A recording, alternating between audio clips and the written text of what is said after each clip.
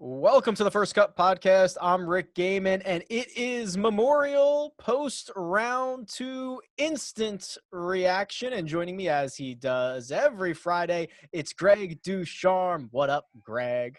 What a day. What a start to the tournament, Rick. This has been something. There are just so many storylines. There's so much to get into. I know we're not going to have enough time, so let's get right to it. Let's right? just jump in. I'm like simultaneously exhausted and like stoked from what I saw all day long. It was absolutely phenomenal. Let's just start at the top, Greg. Ryan Palmer, Tony Finau are tied for the lead. Let's talk about Tony Finau. He's your boy. You love Tony Finau. You always try to get a little piece of him on our Tuesday DFS breakdowns. He has looked unbelievable. So he goes out, he shoots a 66 on Thursday, follows it up with a 69 on Friday. You gotta love what you see from Tony Finau at the moment.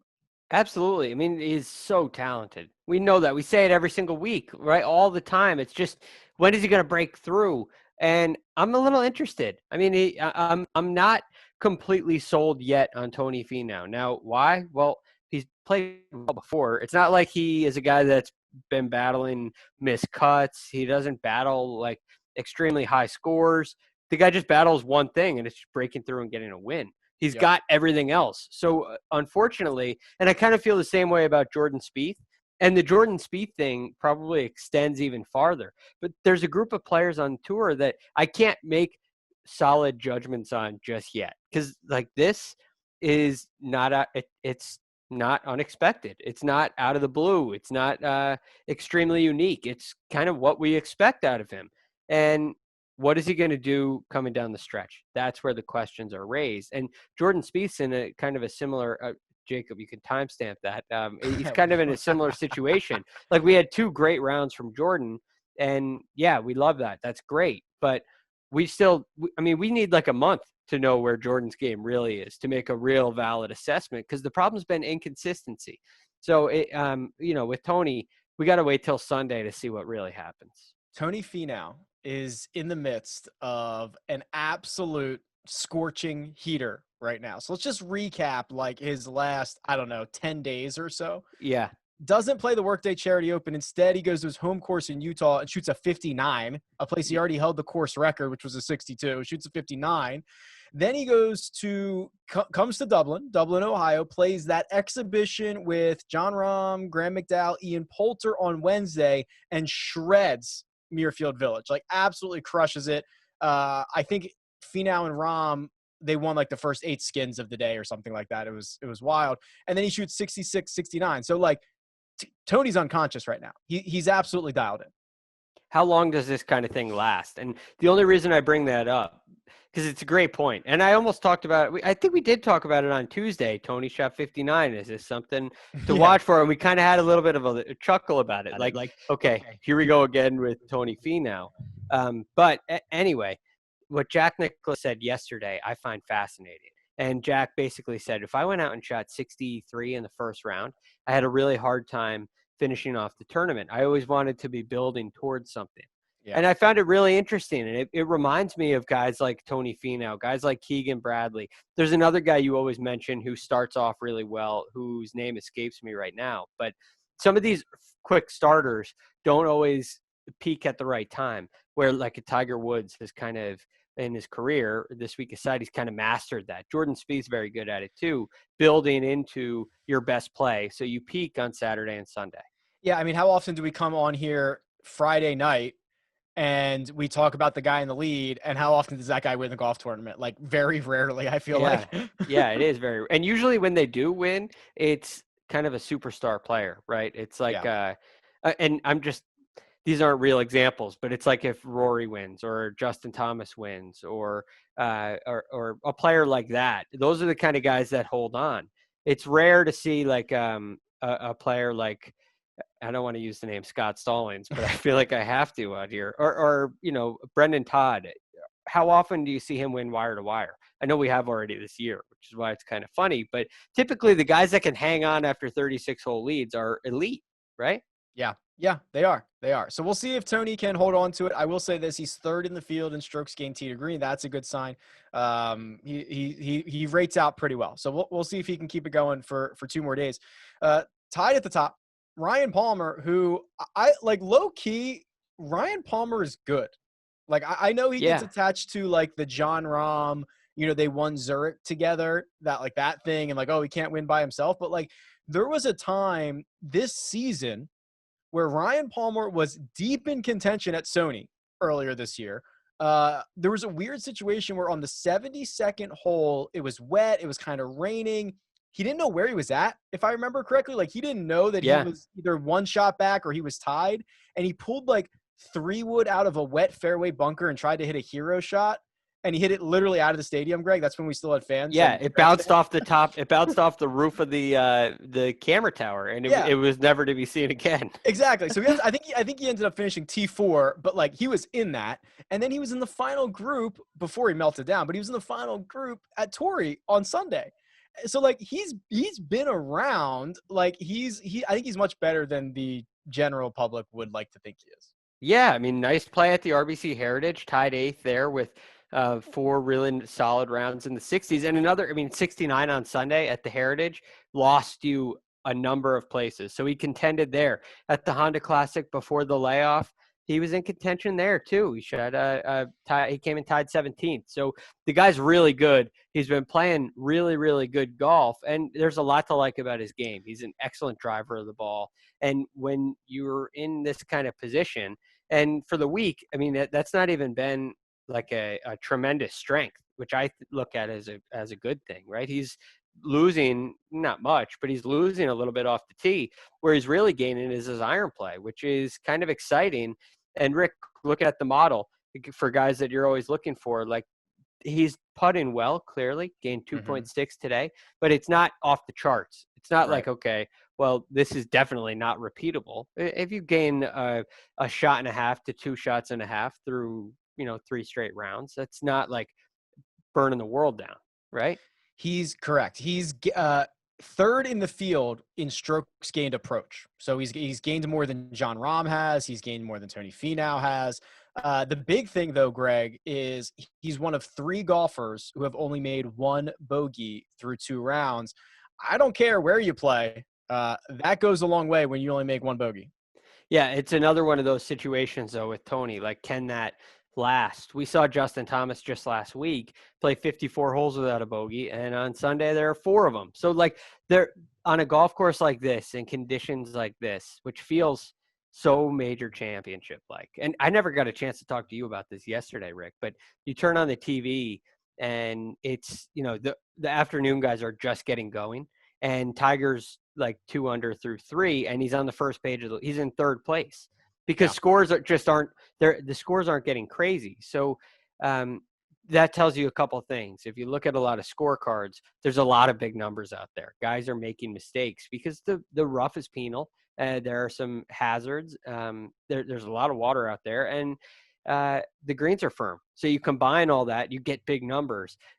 How long can you play that bogey-free kind of golf for? So I don't know about you, but I'm kind of looking for guys who are making a bunch of birdies, who are really feeling like they kind of have a lot going for them. That's the kind of player who I think is going to have a great weekend.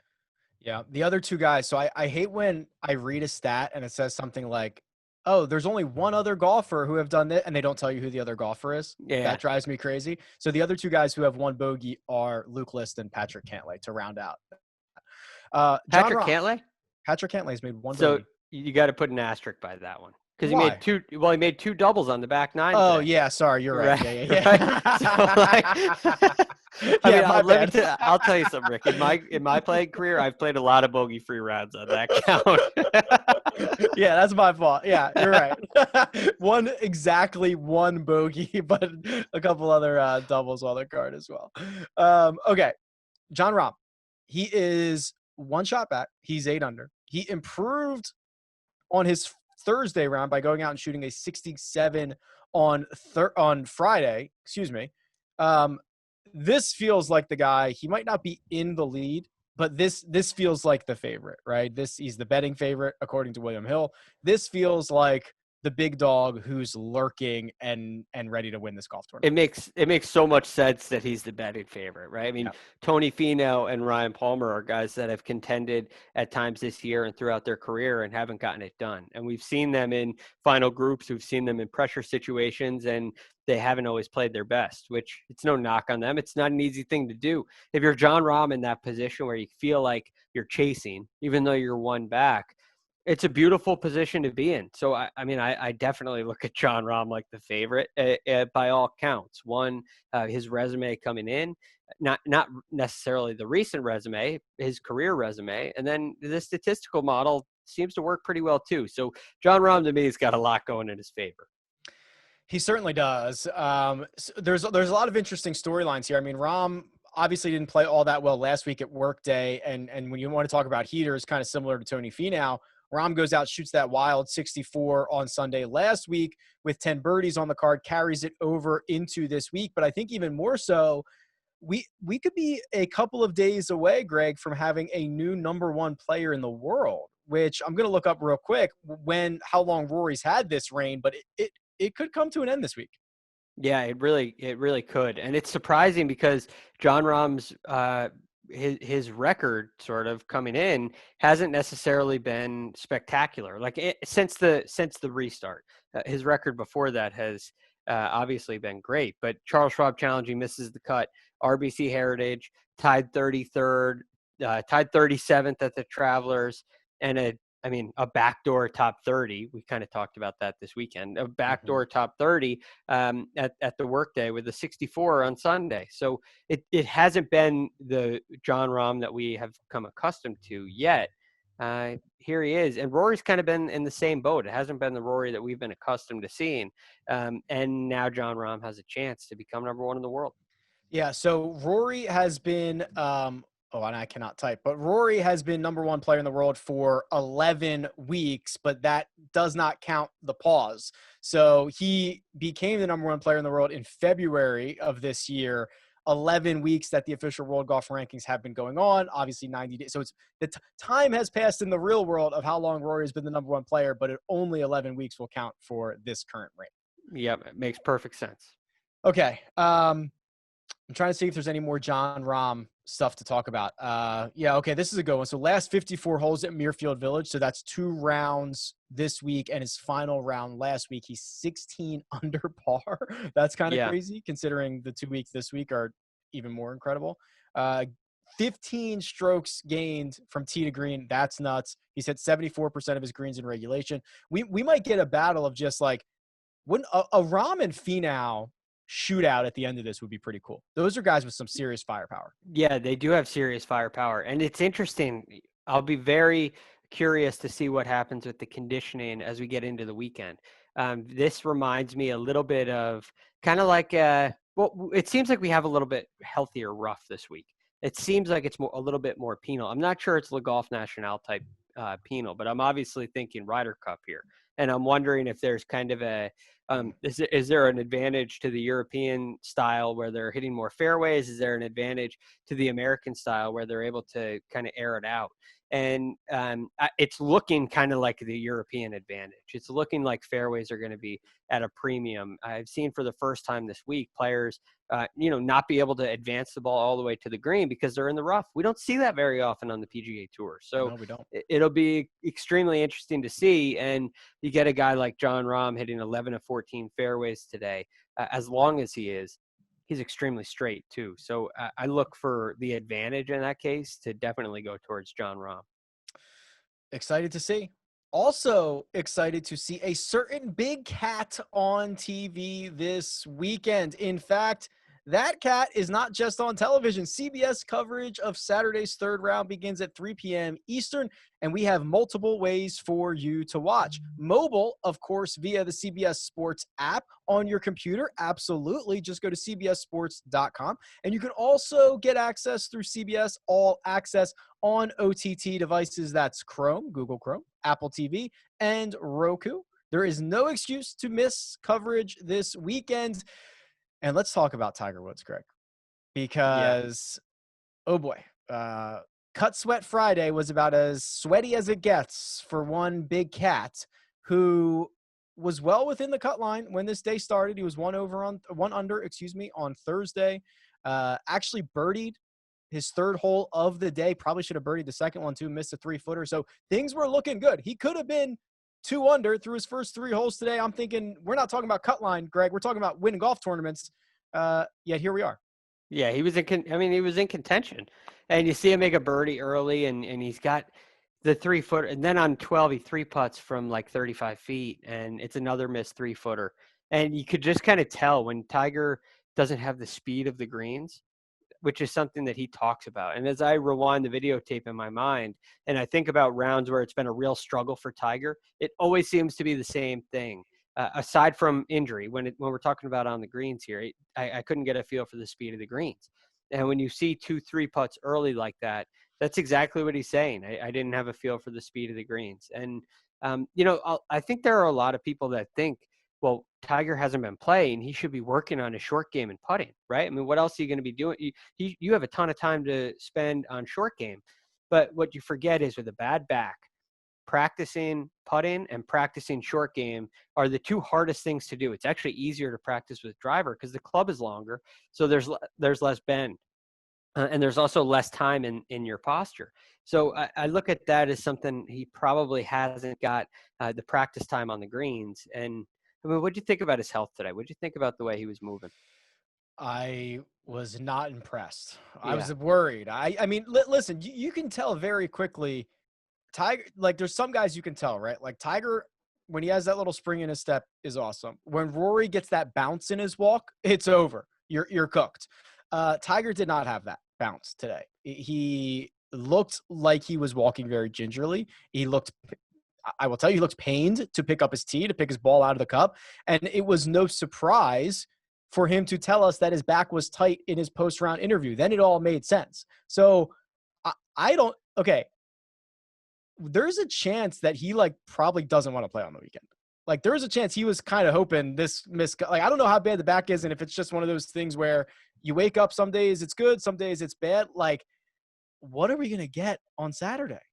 Yeah, I have no idea. Look, it's a hard golf course. He never quit, which I admire out of Tiger. Maybe, I mean, as much as I admire anything about him, when like we talk about this with sometimes like guys like Dustin Johnson who shot another 80 today, right? There are certain players that when it goes bad, it goes way bad, and they check out. Whether they do or not, I don't know, but it looks like they check out. Tiger never checks out. No. He may be hurt, but he grinds the entire way. And I think back to the U.S. Open at Pebble Beach last year. He's out of the tournament on Sunday. He's done. He's a couple over par early in his round. He plays his last 12 holes 6 under just to get into a tied 21st position. He doesn't need the money. He doesn't need he doesn't need FedEx Cup points. Like there's no reason for Tiger to put that stress on himself. But he can't bring himself to quit, and that's probably why he has the record that he has. So it's incredibly impressive to watch. I don't know what we're going to get tomorrow. Look, this is unfortunately, it seems to be all health related. Some of these shots were like so uncharacteristic. It's not a golf swing thing. It's a health thing. You can see exactly when, like, if he's not going after it and he just kind of swipes at it, it's all right. Everything off the tee goes right. It's got the same trajectory on it every single time. I will say this. Here's what's crazy. Tiger played conceivably like the worst he could have for at least 18 holes this week. Second in the field in strokes gained approach. The guy has still got, like, when it's in the fairway, nobody throws darts like Tiger does. Yeah, it's really, really good.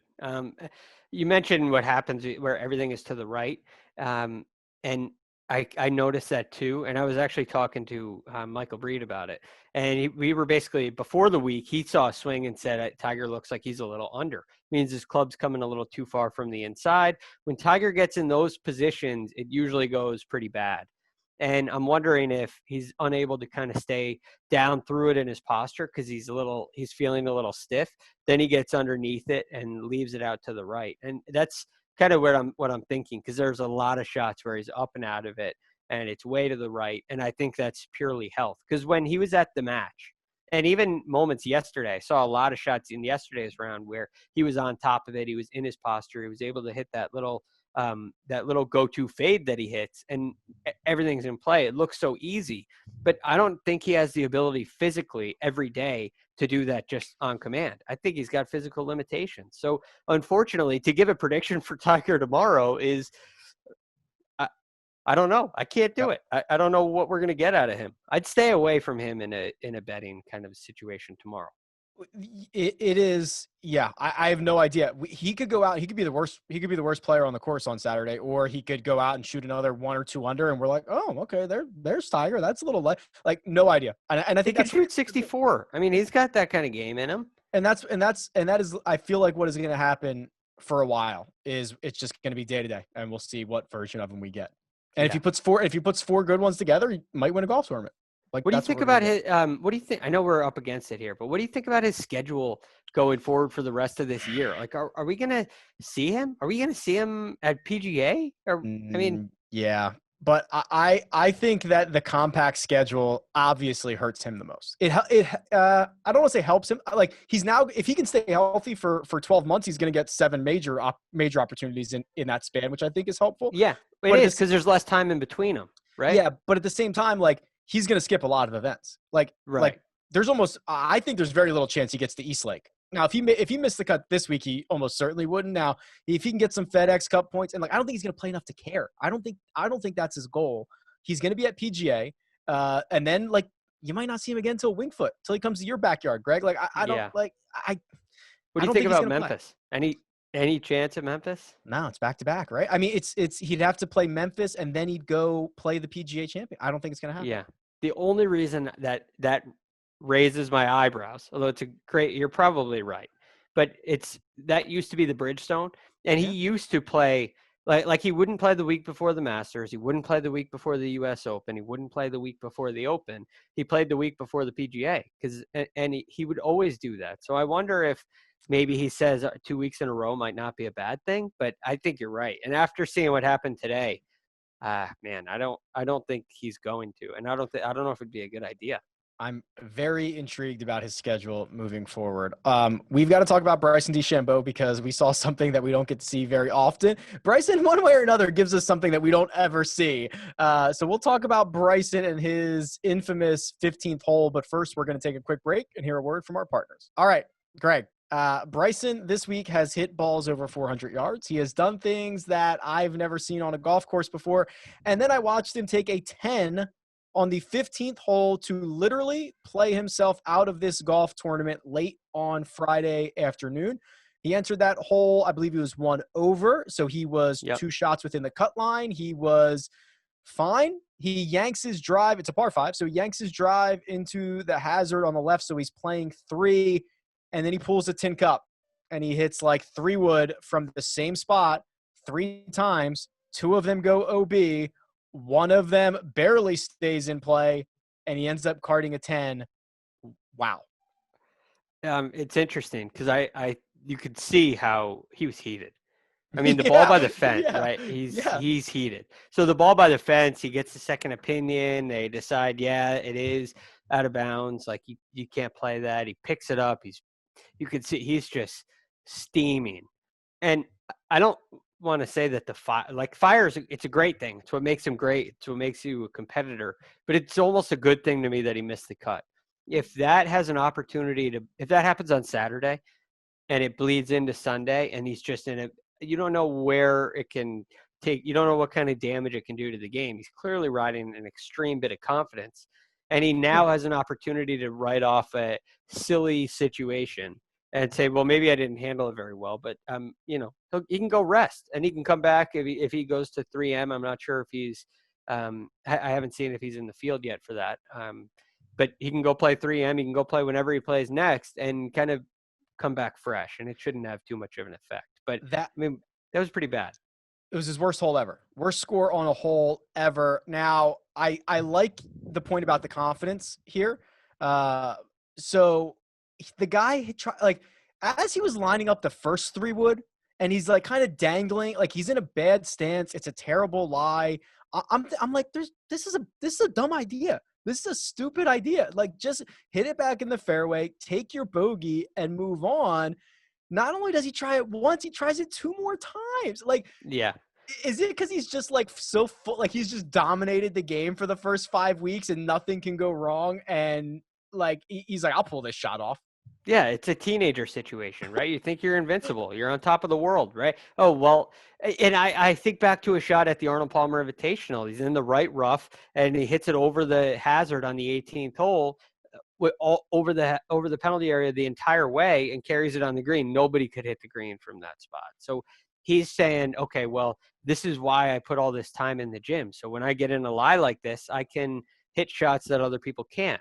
Well, there's still got to be a line. And sometimes when you're dealing with a new club head speed, you're dealing with a new situation. He's definitely dealing with new conditions, right? I mean, we haven't seen him play in rough like this and conditions like this really since, I guess, the Arnold Palmer Invitational was probably the closest thing we've seen. Yeah. So how many times is a guy that hits it 350 off the tee going to be hitting a 3-wood out of the rough?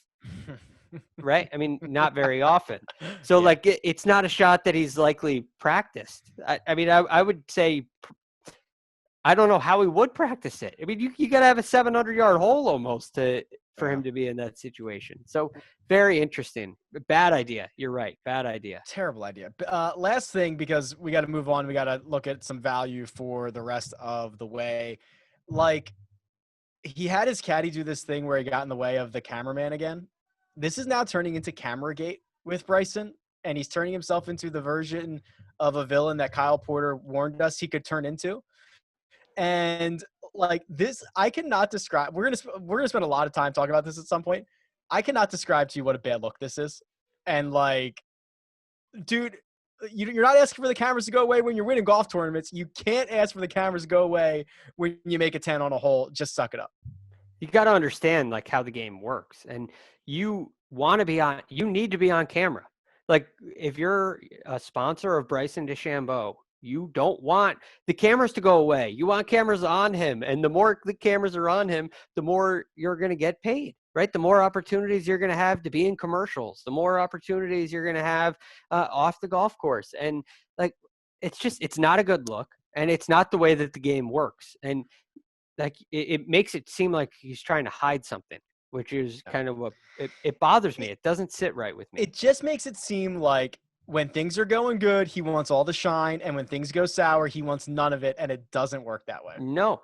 Look, this is the mark of popularity of a player on tour. What happens when they play badly? Even if Rory McIlroy shoots 79 may be a little high where people wonder about it. If Rory McIlroy shoots 75 and misses the cut or comes in 57th in a tournament, people don't really talk about him. But when Tiger Woods shoots a high score, he's still the number one story. When Jordan Spieth shoots a high score, and this is fading probably this past year, but in 2018, Jordan Spieth, no matter what he shot, he's the story. And that's the mark of a real popular player. And if you're Bryson and you're in that situation, it should be flattering for you. That's the way that the game works. So I'm a fan of Bryson, but I'm not a fan of, I guess we'll call it Cameragate. Cameragate. Or when his ball was up against the gate, it could have been Gate. Yeah. How about that? I see what you did there. All right. I like that. Let's turn our attention to the weekends. Updated betting odds. Jon Rahm, as mentioned earlier, he is the odds-on favorite currently, 2.5 to 1 to win the golf tournament. Tony Finau, 4 to 1. Then there's a pretty big gap to Ryan Palmer and Gary Woodland. They're both 10 to 1. Patrick Cantlay's 12 to 1. Justin Thomas, 14. Then you start getting into like Victor Hovland's here at 16 and Rory McIlroy's 20. I don't know if any of these names stand out to you, Greg. My heart says like Jon Rahm's going to win this golf tournament, but I know a lot of stuff can happen in the next 36 holes. Is there anybody in here that you think might be worth the back? Yeah, I do. And to me, it's Patrick Cantlay. And you look at his round, as you mentioned, one bogey yesterday, bogey free today. Bogey free, baby. Doubles. He makes a double on 10, a double on 16, had some lip issues in the bunker. And I look at those as silly situations. I think this guy is hitting the ball and swinging as well as anybody in the field. And look, the stats don't necessarily back that, but I'm okay with that, right? You're talking about a guy who's 5 back, with not that many guys to jump. It's not like he's 5 back at the RBC Heritage where you're in 32nd place and you're 5 back. That is not this kind of a situation. But he's a guy that's just kind of been steady. He's steadily gaining in every statistical category. And I think he's better. He is one of the best iron players on the PGA Tour. He's, I think, 7th for the year. So he's definitely the guy that I'm I'm going for here. And he's my one and done pick. Down on your one and done pick. You love to see it. Okay, I hate to say this. So, we do this every Friday, and I look at the guy who has like the hot stroke gain tee to green and the putting, and it's Jordan Spieth, who has gained 7 strokes from tee to green, and he's lost just a fraction with the putter. So maybe if that magic putter turns up, he can. But I will say the caveat to that is a lot of the tee to green stuff has come around the greens, which is not a good sign. I will say this. I don't know if I have a winner. I think Rahm probably wins it. I do Can't kind of behind. Shout out to Xander for making the cut. Yeah. Goes out, makes the cut on the number. He's losing 5. He would be a guy I would target for weekend matchups for sure. Yeah, absolutely. And, we talk about it all the time, like Xander or DJ. I'm not sure if that was a matchup, but Xander's the guy that's never going to check out. He's like Tiger in that instance where he's going to grind, and he grinds till the end. So I love that guy. And, everybody has tough rounds, but what do you do after it? And, Xander showed some real heart today. All right, that'll do it. I want to thank Greg DuCharme for joining me. You can find him on Twitter at TheRealGFD. You can find me on Twitter at RickRunGood. We'll be back after each round of the Memorial for more action. This has been The First Cut. We'll catch you next time.